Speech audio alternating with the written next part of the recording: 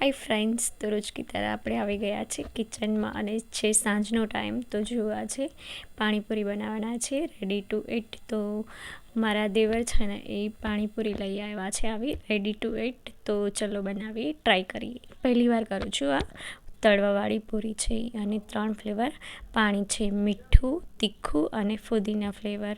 તો 1 લીટર પાણીમાં 3 પાઉચ અલગ રીતે 3 એડ કરવાના છે. તો મેં 3 પાણી બનાવી લીધા છે અને પછી પૂરી તળી છે. તો પૂરી તો સરસ મજાની તળીને ગોળ દડા જેવી થઈ જાય છે, પણ ટેસ્ટમાં જરાક મને ઓછી સારી લાગે છે, મને નથી ભાવતી મતલબ કે.